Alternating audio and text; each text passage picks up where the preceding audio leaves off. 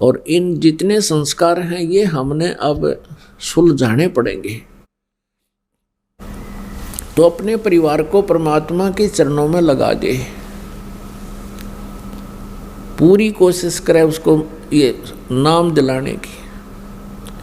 यदि किसी पुत्र पुत्री का यह बात समझ में आई है तो उनका परम कर्तव्य बनता है अपने माता पिता को भी ये ज्ञान समझाएं और परमात्मा की शरण दिलावें। धीरे धीरे ट्राई करें, कभी ना कभी परमात्मा अवश्य सुनता है। और यदि माता पिता की यह बात समझ में आई है, ज्ञान समझ में आया है, तो उसका परम कर्तव्य बनता है अपने बच्चों को भी प्रोटेक्शन दिलवाएं, यानी परमात्मा की शरण उनको भी लगावें, कोशिश करें। तो ऐसे फिर हम जो कार्य स्वयं करते थे उसमें धन कमाने की चेष्टा करते थे, हम ये भूले हुए थे कि हमें केवल वही मिलना है जो हमारे मस्तिष्क में लिखा है। बिल्कुल भूल चुके थे हम कि हम जो क्रिया कर रहे हैं, हम जो धनी बनना चाहते हैं, 2 नंबर का काम करके, रिश्वत लेकर, मिलावट करके, कभी नहीं बन सकते, कभी नहीं बन सकते, सपने में भी नहीं बन सकते। यदि आपके भाग्य में धन नहीं है, संपत्ति नहीं है, यदि आप 2 नंबर का काम करके, यदि आप जी मिलावट करके, रिश्वत लेके, चोरी करके, डाके मार के या कोई और दूसरे तरीके से आप धन इकट्ठा करने का प्रयत्न भी करते हो, तो वो धन आपके पास नहीं रहेगा, क्योंकि आपके किस्मत में, भाग्य में नहीं है। अब वो धन चला जाएगा, किसी कारण से भी कोई बच्चा बीमार हो जाएगा या कोई पशु की मृत्यु हो जाएगी या कोई व्यवसाय में ऐसा घाटा होगा कि वो पैसे भी लग जाएंगे और भी कर्जा बन जाएगा। तो पुण्यात्माओं, जिस समय हमें ये दृढ़ विश्वास हो जाएगा कि हम जो धनी बनना चाहते हैं दूसरे तरीके से और हमारे भाग्य में नहीं है, तो वो नहीं रहेगा। और यदि आपकी किस्मत में है, आपके प्रारब्ध में लिखा हुआ है, आप नेक नीति से जो भी आपका व्यवसाय है वो करते रहिए, वो तो आपको मिलेगा ही मिलेगा। पुण्यात्मा, जिसमें आप परमेश्वर कबीर देव जी की शरण में आ जाओगे इस दास के माध्यम से, फिर आपके भाग्य में जो वस्तु ना होगी और आपके लिए आवश्यक होगी, वो कबीर देव, कबीर समर्थ परमात्मा है, वो आपके प्रारब्ध को पुनः लिख सकता है। सतगुरु हाथ लेखनी सब बहियां, सतगुरु जो चाहे सो कर ही। गरीबदास साहिब, आदरणीय गरीबदास साहिब जी परमेश्वर कबीर जी की महिमा से, उस परम अक्षर ब्रह्म की शक्ति से परिचित होने के उपरांत अपनी अमृतवाणी में उस कबीर परमेश्वर का एफिडेविट दे रहे हैं कि वो इतने समर्थ हैं। सतगुरु जो चाहे सो कर ही, और 14 कोट दूत जम डर ही। ऊत भूत जम त्रास निवारे, और चित्रगुप्त के कागज पाड़े। अब कबीर परमेश्वर जी यहाँ जो प्रकट हुए थे वो सतगुरु रूप में होते हैं, और वो समर्थ परमात्मा भी है, क्योंकि वो यहाँ ज्ञान प्रदान करने के लिए आते हैं, इसलिए तत्वदर्शी संत और कवि की उपाधि भी प्राप्त करते हैं। तो परमेश्वर कबीर जी की शरण में आने के उपरांत हमारे जो भाग्य के लेख हैं, उन पेपर को भी परमात्मा पाट देता है और नए सिरे से आपके अंक लिख देता है। जम जो राजा से डरे, मिट कर्म के लेख, अदली असल कबीरे हैं ये कुल के सतगुरु एक। जम जो राजा से डरे, मिट कर्म के अंक, कागज कीरे दरगद ये 14 कोट ना चंपे।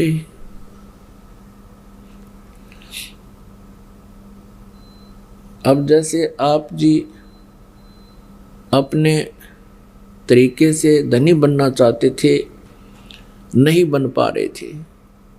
कौन नहीं चाहता कि मेरे पास कार हो, कौन नहीं चाहता मेरे पास बड़ी कोठी हो, कौन नहीं चाहता कि मेरे पास घना धन हो, पर कितनों के पास है ये व्यवस्था। और सभी पूरा प्रयत्न करते हैं दिन रात। एक व्यक्ति सुबह से लेकर शाम तक बहुत मेहनत मजदूरी करता है और उसको सारा दिन में 100, 150, 200 रुपये प्राप्त होते हैं। और एक व्यक्ति शारीरिक काम भी नहीं करता है और वो एक दिन में लगभग कई तो 1-1 लाख रुपए कमाते हैं डेली। तो ऐसा क्यों है? क्योंकि उनके प्रारब्ध में जो लिखा है उनको मिल रहा है। आपके प्रारब्ध में ऐसा ही है तो आपको उतना ही धन प्राप्त होगा। अब दास का जो उद्देश्य आपको समझाने का, ये परमात्मा का तत्व ज्ञान समझाने का, यहाँ पर 2 पहलू बन जाते हैं। एक तो ये है कि आप जी स्वयं प्रयत्न कर रहे हो, वो कार्य बहुत धीमी गति से आपका हो रहा है, और यदि आप कनेक्शन ले लेते हो तो वही कार्य उस पावर से, बिजली से कटाकट होगा, फटाफट होगा। ऐसे ही आप जी जब नाम उपदेश ले लोगे तो आप जो नहीं कर सकते थे जिस काम को, उसको भगवान की शक्ति करेगी, परमात्मा करेंगे और आपको बहुत सहयोग मिलेगा। परमात्मा की शरण ना लेकर के हम केवल अपने प्रारब्ध को ही घसीट रहे होते हैं। अब हम भक्ति करें और परमात्मा से डरें, आपके बच्चे भी सुखी रहेंगे और परमात्मा चाहेंगे आपके बच्चों को भी प्रोटेक्शन देंगे। जैसे कल आपको उदाहरण दिया था, एक मोहित नाम का बच्चा 12 वर्ष की उम्र का, अभी 1 वर्ष उनको उपदेश लिए हुआ है, लेकिन वो पहले सब पूजाएं करके थक चुके थे, दुर्गति ज्यों की त्यों थी। उनको जब यहाँ उपदेश मिला तो मिलते ही उनको परमात्मा ने बिना गिनती के सुख देती शुरू कर दिए। क्योंकि जो व्यक्ति दुखी होता है वो परमात्मा को हृदय से पुकारता है, और वो ये भी सोच चुके थे कि और पूजाएं हम नहीं करेंगे, चाहे मरें चाहे जीवें। तो तब परमात्मा जब हम पति भर्ता पद पर आ जाते हैं तब हमारी सुनना शुरू करता है। हम प्रथम तो आते हैं क्योंकि ज्ञान नया, फिर भगवान नया, फिर हम वो पिछले रंग में घने रंगे हुए होते हैं, पूजाएं सब क्रियाएं वह छूटती नहीं, तो हम कुछ दिन तो डबल माइंडेड रहते हैं। जिसी कारण से आप जी को यहाँ से लाभ देर से प्रारंभ होते हैं मिलने। और कहते हैं सतगुरु के दरबार में कमी काहे की ना, हंसा मौज नहीं पावता तेरी चूक चाकरी में। ये सच्चे दरबार में, कबीर परमात्मा के दरबार में इम्पॉसिबल वर्ड नहीं है। परमात्मा की शब्द कोश में, कबीर परमेश्वर के शब्द कोश में असंभव शब्द नहीं है, ये वो समर्थ शक्ति है।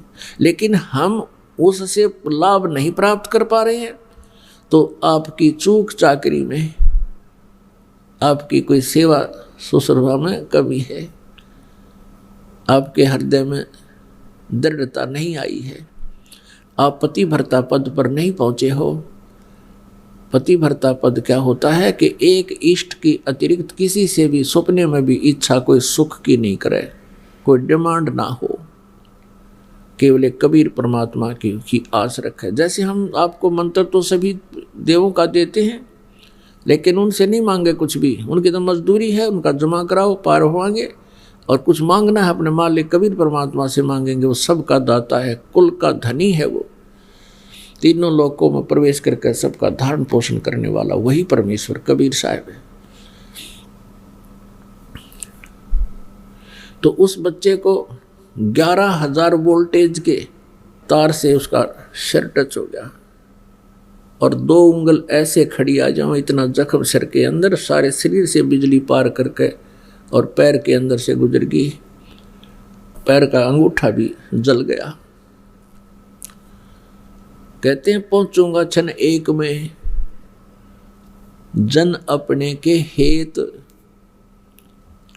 और हिरणाकुश उदर उदारिया मन रावण मारा खेत। कबीर परमात्मा कहते हैं जब श्री रामचंद्र जी और थक लिए थे, रावण नहीं मरा था, गर्दन काटे थे फिर फूट आवे थी। कहते हैं जब कोई भी, यहाँ ये तो जीव संज्ञा में है, श्री राम श्री कृष्ण विष्णु ये भी जीव हैं आप जैसे, लेकिन हमसे श्रेष्ठ हैं, इसलिए इनको यहाँ एक कंट्रोलर बना दिया, यहाँ का अच्छा पद दे दिया। जैसे कोई अच्छा बच्चा इंटेलिजेंट है, अच्छी शिक्षा ग्रहण कर लेता, वो IAS कर लिया तो वो ऑटोमेटिकली DC पोस्ट पर लगेगा, लेकिन है वो आदमी है, सिंपल मैन है। तो इसी प्रकार जब इनके ऊपर भी आपदाएं आती हैं तो ये भी परमात्मा को याद करते हैं।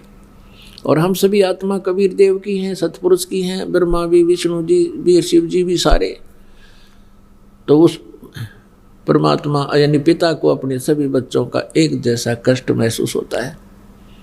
तो यहाँ बताते हैं पहुँचूंगा क्षण एक में, एक अक्षर में पहुँच जाता हूँ। जैसे वेद बताते हैं वो परमात्मा बहुत गतिशील पदार्थ की तरह है, हमारे आध्यात्मिक यज्ञों में उपस्थित हो जाए, विराजमान हो जाते हैं।